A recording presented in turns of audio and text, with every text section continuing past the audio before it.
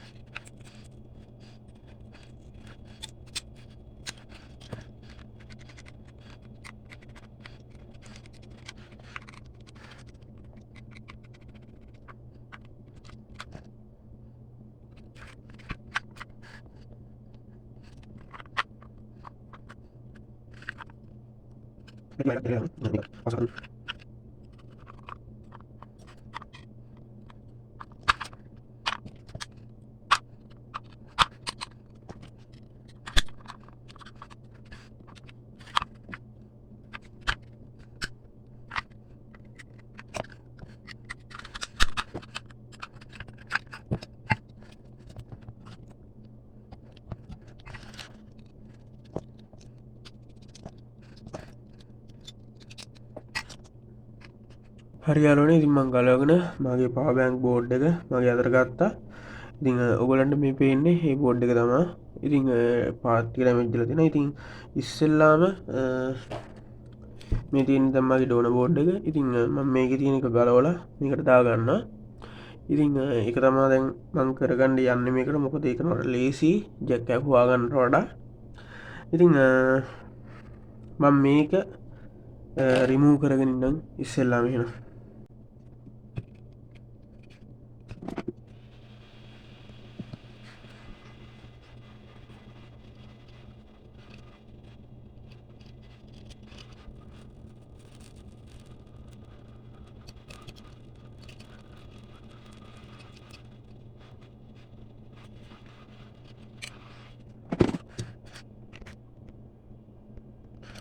යාළුවනේ මම මගේ බෝඩ් එකෙන් මගේ ඩැමේජ් වෙච්ච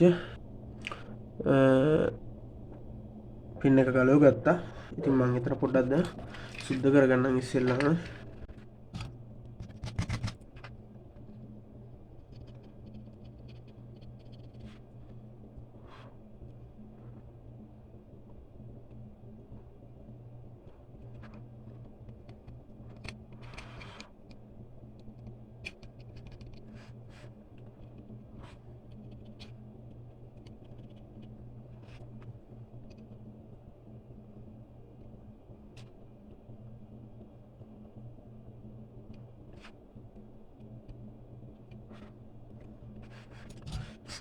හරි යාළුවනේ ඉතින් මම ඔන්න බෝඩ් එකත් සුද්ධ කරගත්තා.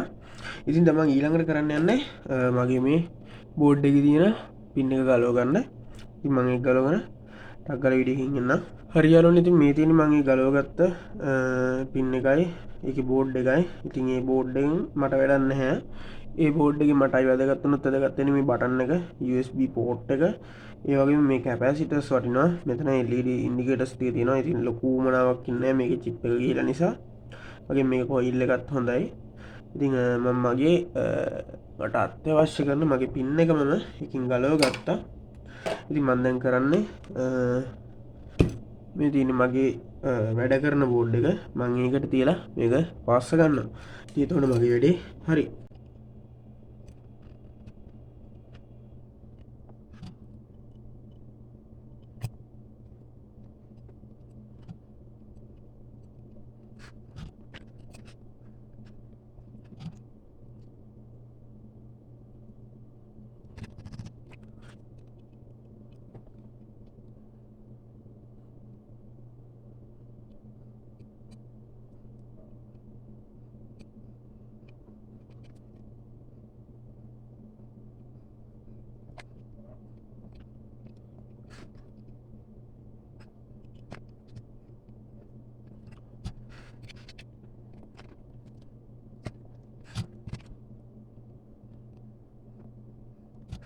හරි යාළුවනේ මගේ වැඩ ඉවරයි. ඉතින් මන් දැන් මගේ DC power supply එකෙන් voltage එක 3.7 වගේ දාලා මගේ බෝඩ් එකට මම ඉන්පුට් කරලා බලනවා කොහොමද කන්ඩිෂන් එක කියලා. මෙතනට ප්ලස් එක ඒ වගේම මෙතනට මයිනස් එක